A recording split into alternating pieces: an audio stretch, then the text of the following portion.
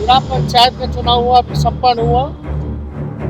कहीं भी RTPCR report की मांग नहीं की गई। महिलाओं के लिए अलग से बूथ बनाया गया क्या? पंचायतों के चुनाव में महिलाओं के लिए अलग से बूथ बनाया गया? तो ये सब जो टेक्निकल जो चीजें हैं, ये षड्यंत्र जो है, बूझे वाला बूझता कि सोना है कि पीतल है। वोटर आईडी इसलिए ना बनता कि ताकि बूथ पे जाके वोट दें, अब उसका मतलब ही नहीं रहेगा। आधार से लिंक कराइए।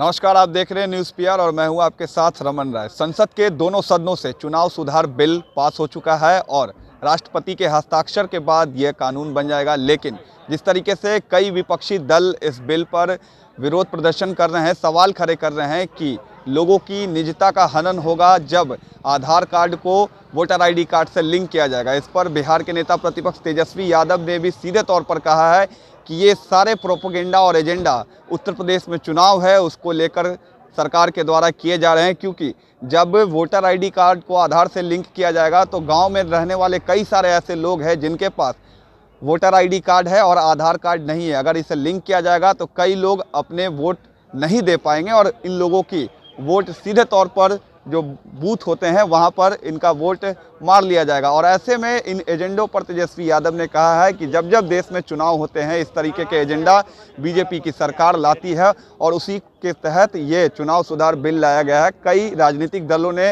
इस पर आपत्ति जताई है और तेजस्वी यादव ने भी मांग कर दी है कि जब ऐसी बात है तो सारे कार्ड को हटाकर सिर्फ एक कार्ड रखा जाए। इस मामले में तेजस्वी यादव ने क्या कुछ कहा है, सुनिए आप।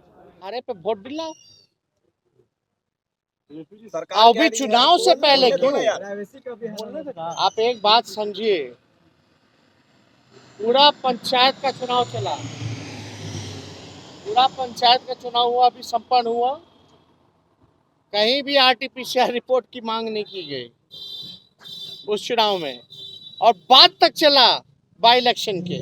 लेकिन बाई इलेक्शन में आपको आरटीपीसीआर रिपोर्ट भी चाहिए, तो हम लोगों को आपत्ति। महिलाओं के लिए अलग से बूथ बनाया गया क्या? पंचायतों के चुनाव में महिलाओं के लिए अलग से बूथ बनाया गया?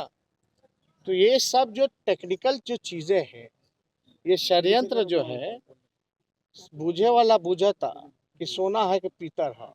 कहावत है ना, तो जानने वाला जानता है कि कौन बेईमान है और कौन ईमानदार है।